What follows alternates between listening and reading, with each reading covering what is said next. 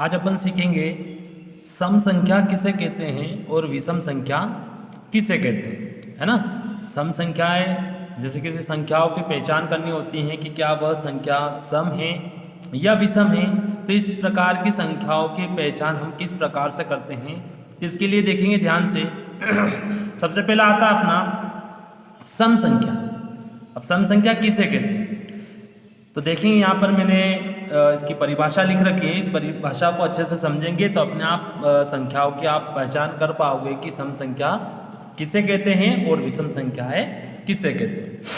तो देखेंगे सम संख्या किसे कहते हैं, जिन संख्याओं के इकाई के स्थान पर 0, 2, 4, 6, 8 लिखा होता है उसे सम संख्या कहते हैं। क्या कहते हैं, सम संख्या कहते हैं। मतलब जिन संख्याओं के इकाई के स्थान पर, इकाई का अंक कहाँ होता है, आप देखते हैं इकाई का अंक मान लीजिए कोई सी भी संख्या अपन लिखते हैं, जैसे मैंने लिखा है कि 2826। अब यहाँ पे आप लोग देखोगे कि इकाई का अंक कहाँ होता है, तो सबसे पहले इकाई का अंक पीछे होता है। तो यहाँ पे यदि इन संख्याओं में से कोई सी भी संख्या अगर आपको दिखती है, चाहे 8 हो, चाहे 6 हो, चाहे 4 हो, चाहे 2 हो या फिर 0 हो, इन चारों पांचों संख्याओं में से जो संख्या यहाँ पे अगर दिखती है, तो ये संख्या से कोई सी भी संख्या इसके अंदर दिखती है यहाँ पे, तो मतलब ये संख्या पूरी क्या कहलाएगी, सम कहलाएगी। आया समझ में कि नहीं आया। इसी प्रकार से जैसे मान लीजिए मैंने लिखा है कि 280, क्या ये सम है, तो देखेंगे आप लोग यहाँ पे क्या है, पीछे इकाई का अंक क्या है, 0 है, जो कि सम संख्या के अंतर्गत आता है। तो ये 0 है, इसलिए ये संख्या पूरी क्या कहलाएगी, मतलब बोलने में क्या आएगा अपना कि 280 जो है वो सम संख्या है। पहले अपन क्या करते थे, कोई सी भी संख्या लिखी हुई रहती थी तो अपन बोलते थे कि इसमें 2 का भाग देके देख लो ये सम है कि विषम है।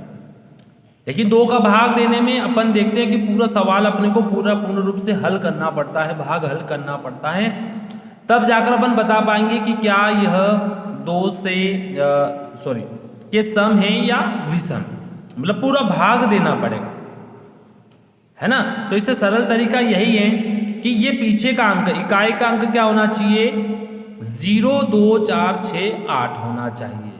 यदि यहाँ पे 0 है या 2 है, 4 है, 6 है, 8 है, कोई सा भी, है ना, इन पांचों अंकों में से कोई सा भी अंक यहाँ होगा, मतलब वो संख्या क्या कहलाएगी, अपनी क्या कहलाएगी, सम कहलाएगी। जैसे मान लीजिए और भी संख्याएं मैं लिखता हूं।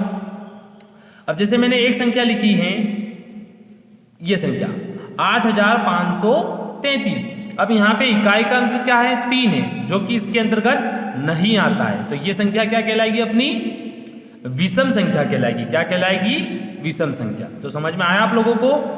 तो सम संख्या किसे कहते हैं, जिन संख्याओं के इकाई के स्थान पे, इकाई का अंक मतलब पीछे का अंक, पहला अंक जो पीछे का होता है उस स्थान पर क्या होना चाहिए, 0, 2, 4, 6, 8 लिखा होता है, तो उसे हम क्या बोलते हैं, सम संख्या कहते हैं। अब बहुत सारी दिक्कतें ये होती है कि बहुत ज्यादा बड़ी संख्या होती है, जैसे मैंने लिखा ये इतनी बड़ी संख्या मैंने यहाँ पे लिखी। अब यहाँ पे आप भाग दोगे इस संख्या के अंदर, 2 का भाग देके देखोगे तो भाग देना बहुत ही कठिन होगा, क्योंकि भाग बहुत बड़ा बनेगा इसमें, है ना। लेकिन यहाँ इस तरीके से अपन देखेंगे कि पीछे का अंक क्या है, 0 है, मतलब ये संख्या पूरी क्या कहलाएगी, अपनी सम संख्या कहलाएगी। आया समझ में आप लोगों को। तो इसी प्रकार से देखेंगे विषम संख्या के लिए अपन क्या करते हैं,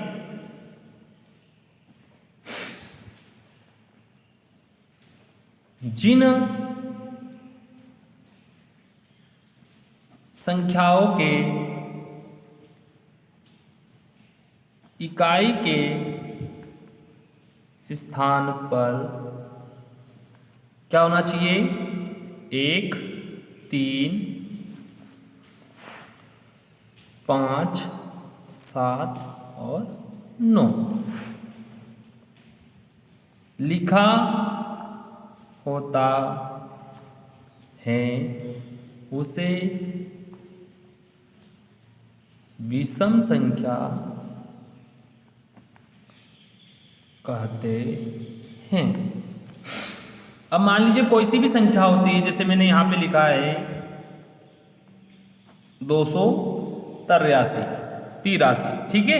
अब यहाँ पे क्या है, पीछे का अंक क्या होना चाहिए, मतलब इकाई के स्थान पर, जिन संख्याओं की इकाई के स्थान पर 1, 3, 5, 7, 9 लिखा हुआ होता है उसे विषम संख्या कहते हैं।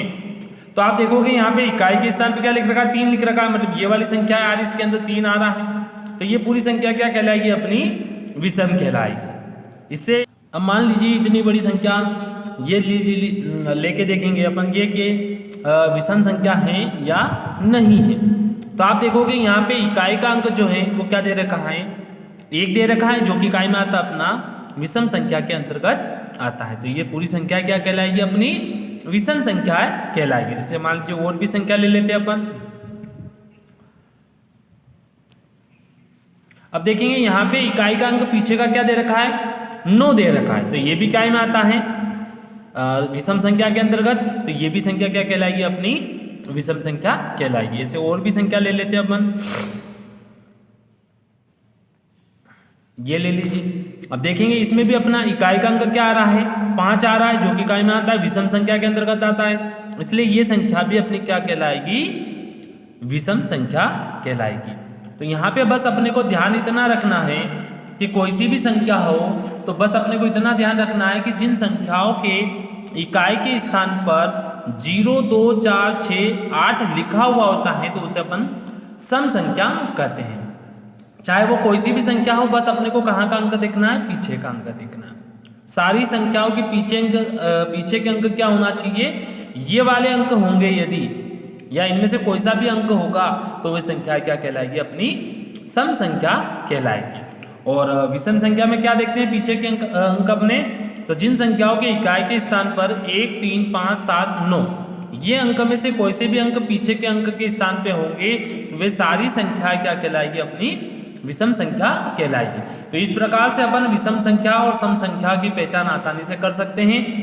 और इसमें एक बात और आपसे पूछी जाती है कि सबसे छोटी जो है वो सम संख्या कौन सी होती है। तो सबसे छोटी जो सम संख्या होती हैं वो 2 होती हैं, और सबसे छोटी विषम संख्या जो होती है वह 1 होती है। तो इस आधार पर अपन कितनी भी बड़ी संख्याएं क्यों नहीं हो, चाहे वो 5 अंक की हो, 10 अंक की हो, 9 अंक की हो, हाँ, या चाहे इससे भी बड़ी संख्या क्यों ना हो, उसकी आसानी से अपन पहचान कर पाते हैं कि वह सम है या विषम है। बस अपने को ध्यान इतना रखना है कि सम संख्याओं के पीछे का अंक 0, 2, 4, 6, 8 होना चाहिए, और विषम संख्याओं के पीछे के अंक 1, 3, 5, 7, 9 होना चाहिए। इसके आधार पर अपन उसकी पहचान कर सकते हैं।